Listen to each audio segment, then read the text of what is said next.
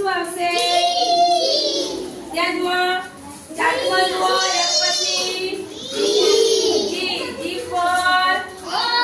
G for God. તો G કોને બનાવ્યો? રિયલ પેન નહીં. સરસ. શું લગાવ્યું? કાળા મોતી. મોતી લગાવ્યું. ભાઈ G કોના નામનો બને? બોલો શું નામ?